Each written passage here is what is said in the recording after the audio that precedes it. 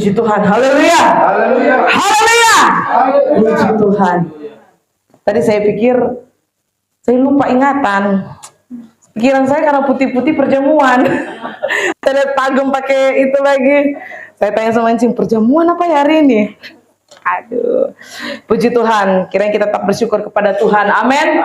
Karena pada hari ini kita ketambahan lagi hamba-hamba Tuhan yang luar biasa. Haleluya.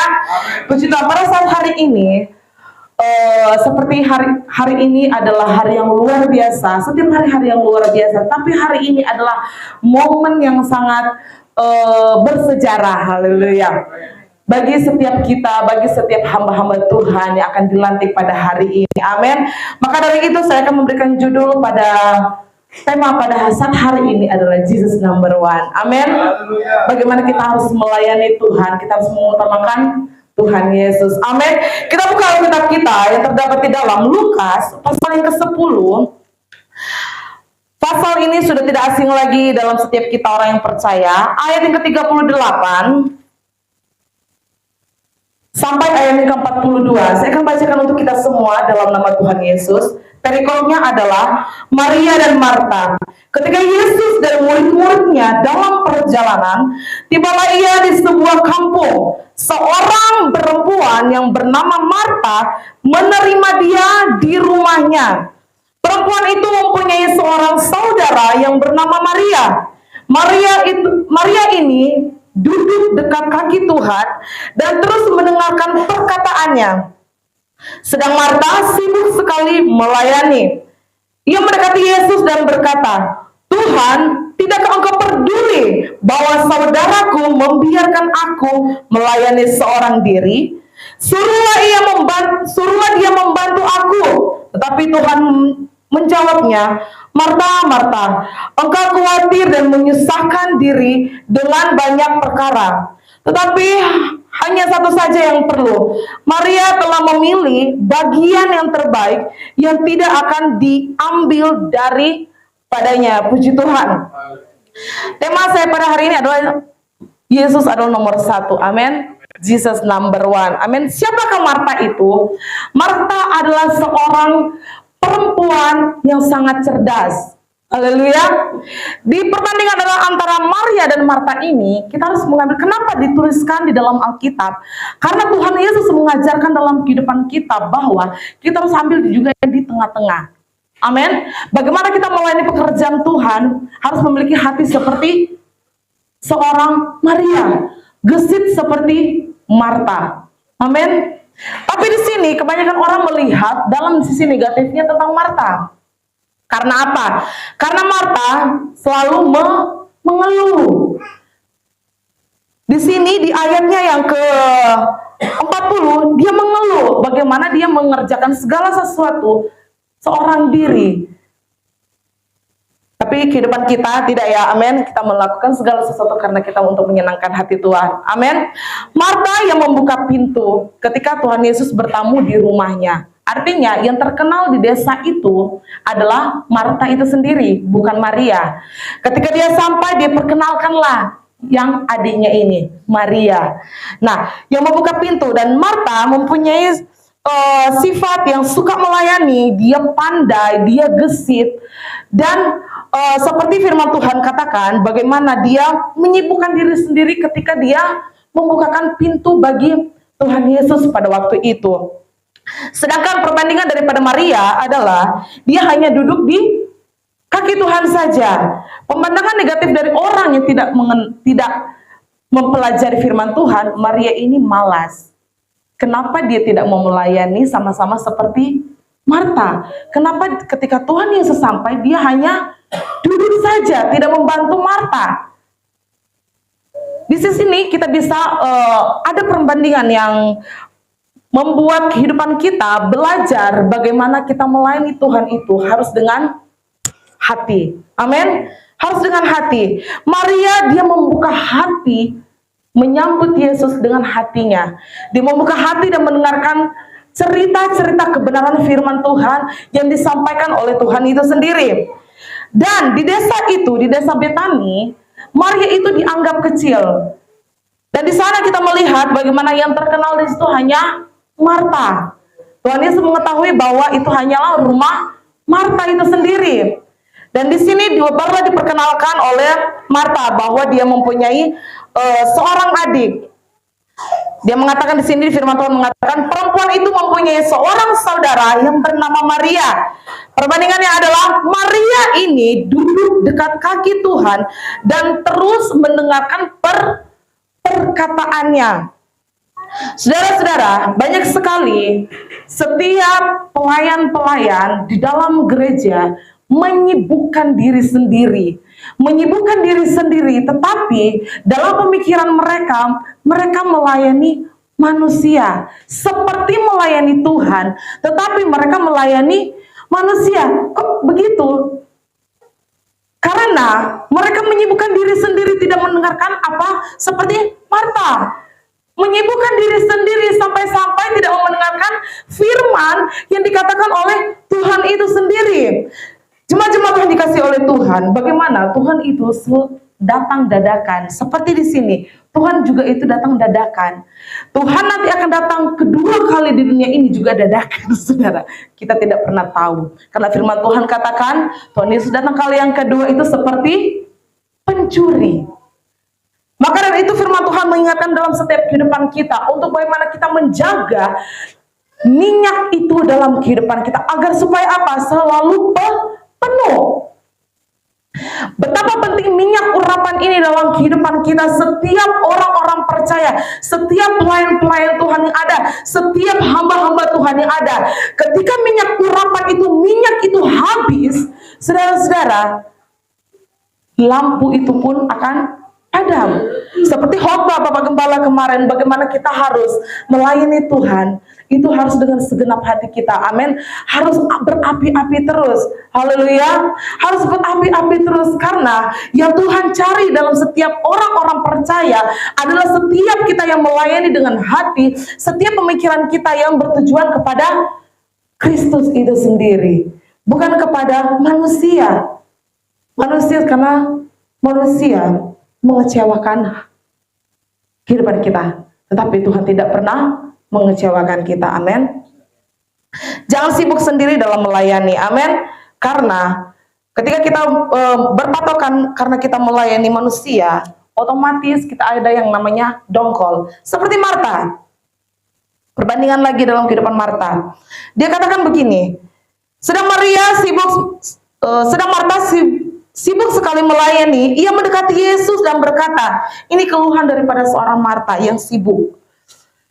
Tuhan, tidakkah engkau peduli bahwa saudaraku membiarkan aku melayani seorang diri?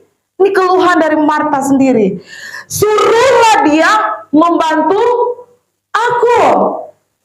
Di dalam pekerjaan sekuler, saya kira percaya ada yang namanya gontok-gontokan. Amin. Gondok-gondokan. Jadi ada yang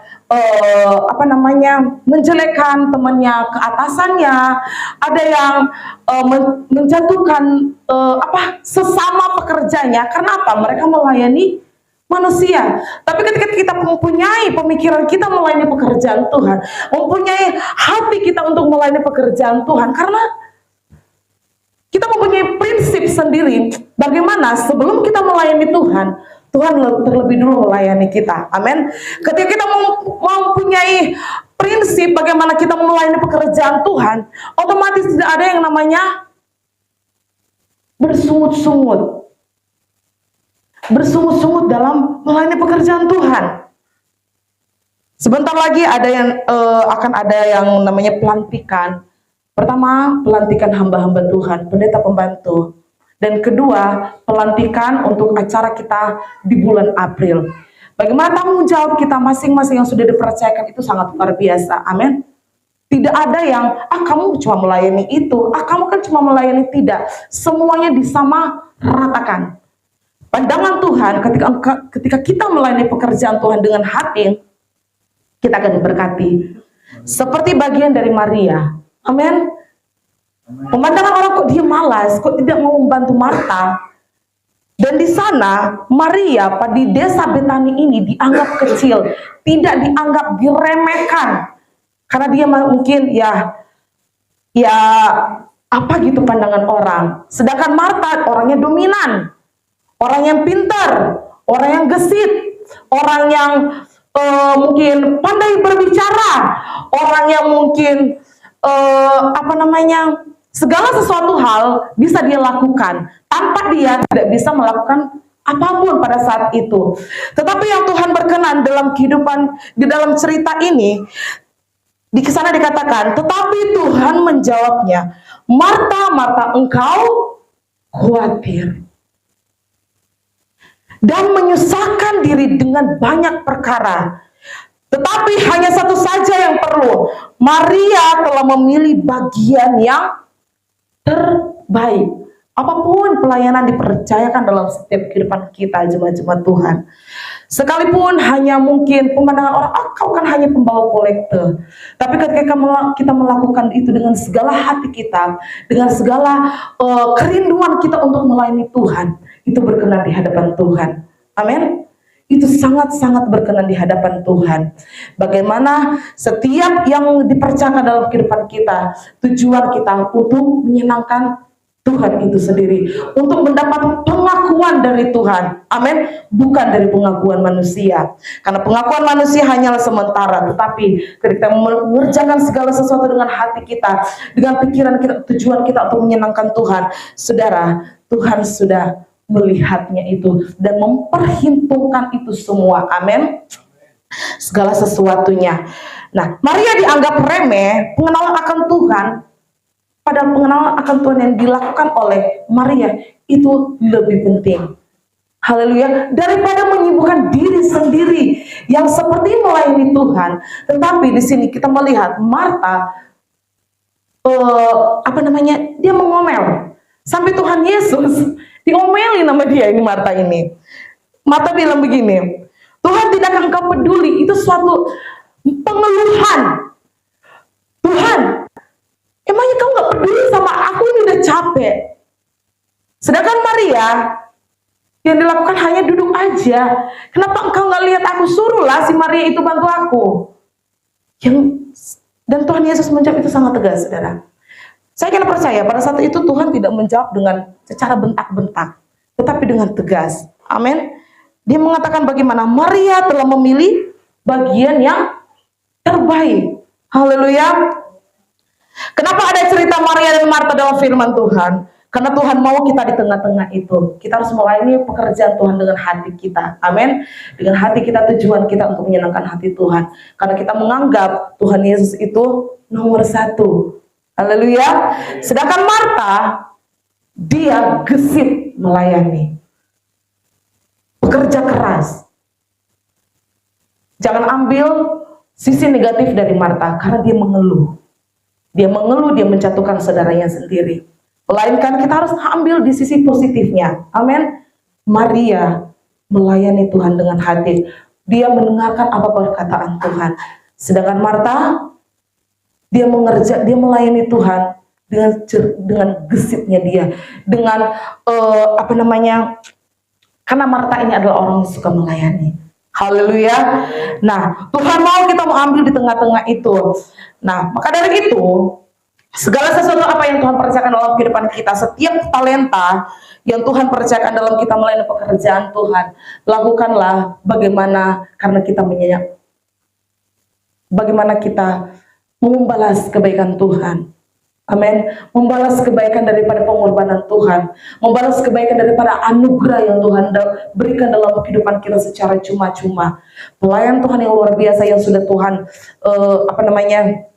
contohkan dalam kehidupan kita. Pertama, dia menyebarkan kebenaran kerajaan Allah itu sendiri. Amin. Kedua, dia memikul dosa kita. Ketiga, dia mati di kayu salib hanya untuk saya dan saudara. Keempat, dia bangkit dan naik ke surga untuk menyediakan tempat untuk setiap kita yang ada. Luar biasa Tuhan kita itu, amin. Sangat luar biasa. Maka dari itu tidak ada lagi bagaimana kata-kata persungut-sungutan kita untuk bagaimana kita tidak melayani Tuhan, untuk bagaimana kita melayani Tuhan dengan secara daging, tetapi melainkan kita melayani Tuhan dengan roh kita, dengan api itu sendiri, dengan hati itu sendiri, untuk bagaimana pikiran kita untuk menyenangkan hati Tuhan, untuk bagaimana kita pada saat ini kita melayani pekerjaan Tuhan, tetapi firman Tuhan katakan ketika waktu itu sudah tiba, Tuhan katakan apa? Perjuangan kita sudah selesai.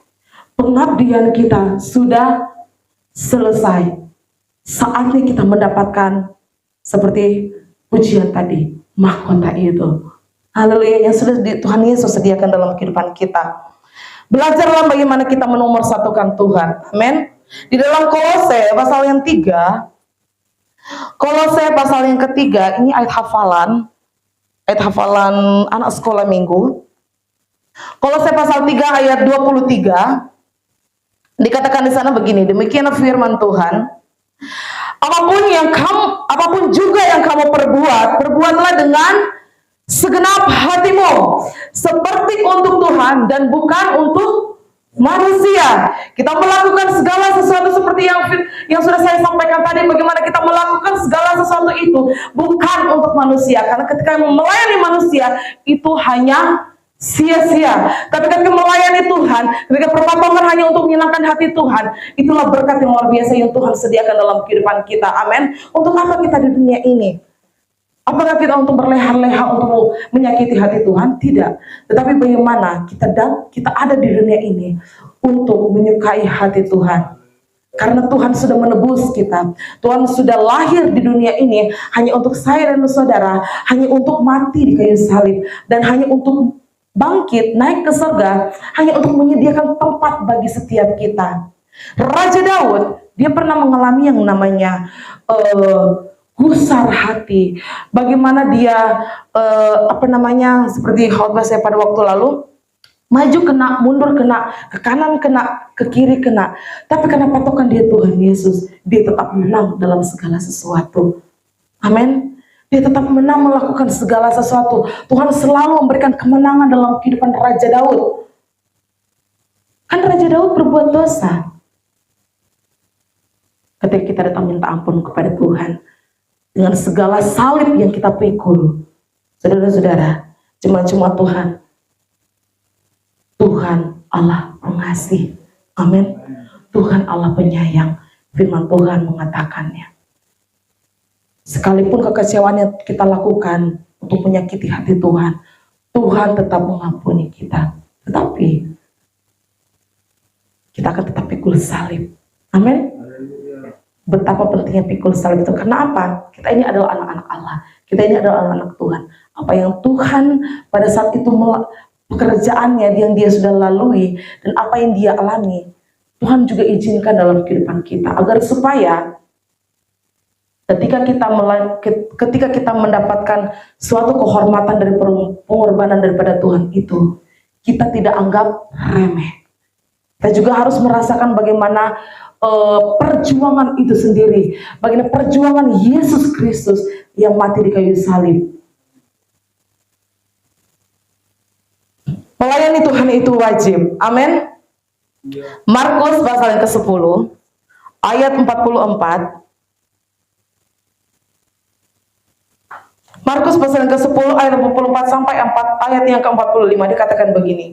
Dan barang siapa ingin menjadi yang terkemuka di antara kamu, hendaklah ia menjadi hamba untuk semuanya.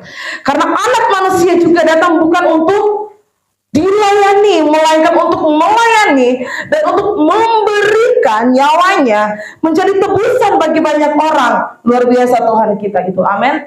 Dia memberikan nyawanya hanya untuk tebusan bagi saya dan saudara. Jadi untuk apa kita melayani dengan segala persungut-sungutan seperti Marta? Itu akan menjadi nol besar. Tetapi yang dilakukan Maria, dia duduk di kaki Tuhan, dia mendengarkan perkataan Tuhan, dan apa yang Tuhan katakan, Itu yang dilakukan Maria adalah hal yang sangat tepat. Tidak menyibukkan diri sendiri, tidak sibuk melayani. Dia terlalu khawatir. Karena apa? Maria tidak membantunya. Padahal yang Tuhan Yesus mau dalam kehidupan kita harus membuka hati kita. Amin. Open heart. Haleluya. Jangan hanya open house. Tapi kita juga harus membuka hati kita. Amin.